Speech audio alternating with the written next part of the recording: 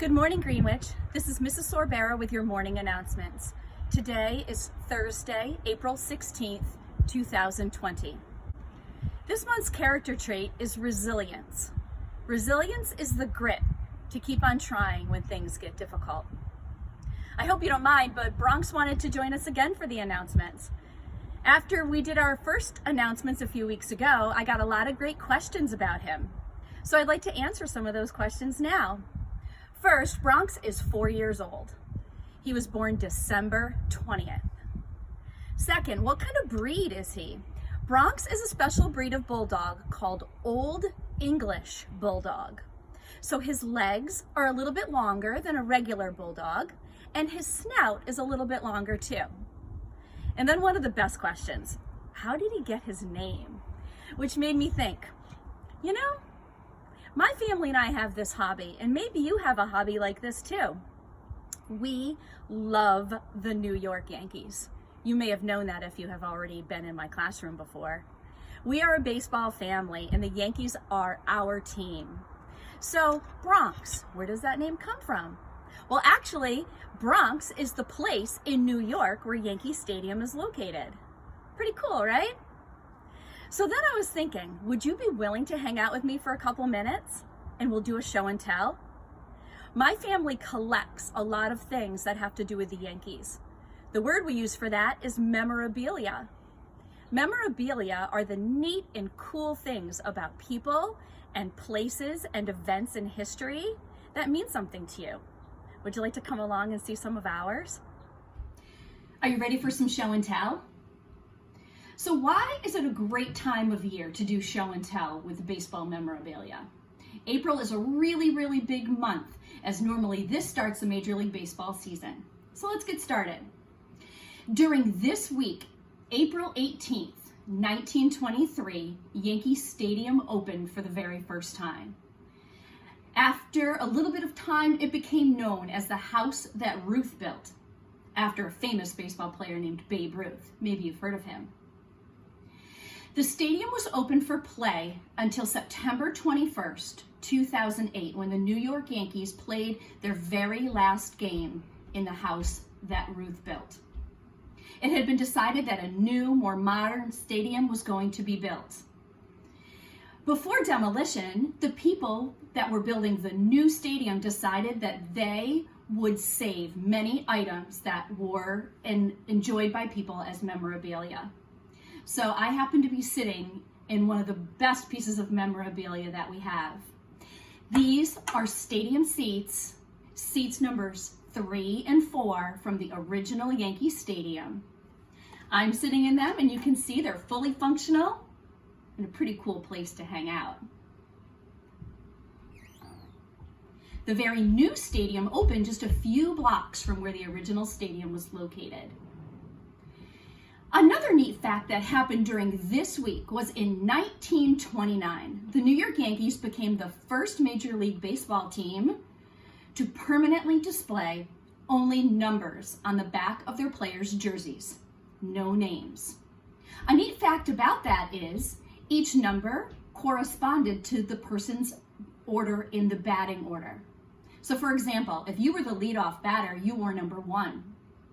If you were the second batter, you wore number 2, and so on. Another piece of memorabilia I have to show you is a jersey that shows you to this day, players' jerseys are still the same way, only numbers, no names.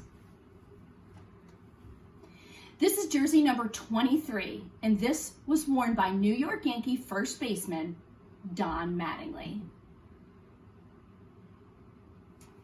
So when you are collecting memorabilia, there are lots of neat ways that you can display and show off some of the things that you collect. Come with me while I show you some neat ways to do that. One neat way to display memorabilia is by hanging them in picture format. What you see here are some autographed pictures of some of our favorite Yankees. Don Mattingly, Mickey Mantle, and Joe DiMaggio. Another neat way to display memorabilia is in a display case. This shelf is dedicated to Thurman Munson. a very famous catcher that has a great story. Maybe you could look that up sometime this week. We are a family of catchers. As we move our way down our display case, you'll see an example of a vintage catcher's mitt. See how old and crinkly the leather is? And finally, on our very bottom shelf, we have some really cool vintage baseball cleats. Those sure look different than the cleats today, don't they? Here I am in my son Nicholas's bedroom with another really cool piece of memorabilia. If you didn't know this, the New York Yankees have won 27 World Championships. One cool fact is, from 1995 to 2011, there was a group of 4 baseball players known as the Core Four. They became great friends, and together they won 4 championship rings together. They were Derek Jeter, Andy Pettitte, Jorge Posada, and Mariano Rivera. My son Nicholas has always known he wanted to be a catcher. So in 2009, we went to Tampa, Florida to spring training for the New York Yankees. They have spring training at a really cool stadium called George Steinbrenner Field. And while we were there, we got to see the Core Four take batting practice. One of the batters was Jorge Posada, the catcher at the time. Nicholas was 2 years old and cheering for Jorge really, really loud. And after batting practice, Jorge realized that he had cracked his bat. He turned around into the stadium, he saw Nicholas, and he walked over and gave him his baseball bat. This is Jorge Posada's baseball bat.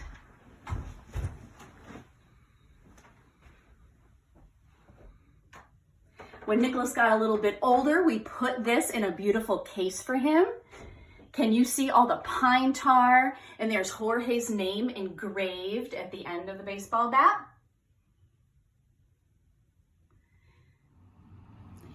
Here we are, boys and girls, on our last stop on our show and tell.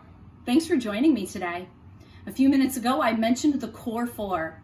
Those 4 baseball players played many, many games together, and Mr. Sorbera and I probably watched every game that they were in. Here I have the last piece of memorabilia, which are 4 autographed balls from the Core Four. Here on the top, we have Derek Jeter. Derek was the shortstop. Over here, we have Jorge Posada, and he was the catcher. Over here, we have Andy Pettitte. He was the pitcher. And finally, we have Mariano Rivera. His nickname was Mo, and he was the closer. Maybe you and your family have something cool that you like to collect. We'd love to hear about it. So remember, boys and girls, to be kind to yourself and to others. Be responsible and be the best that you can be. The choice is yours.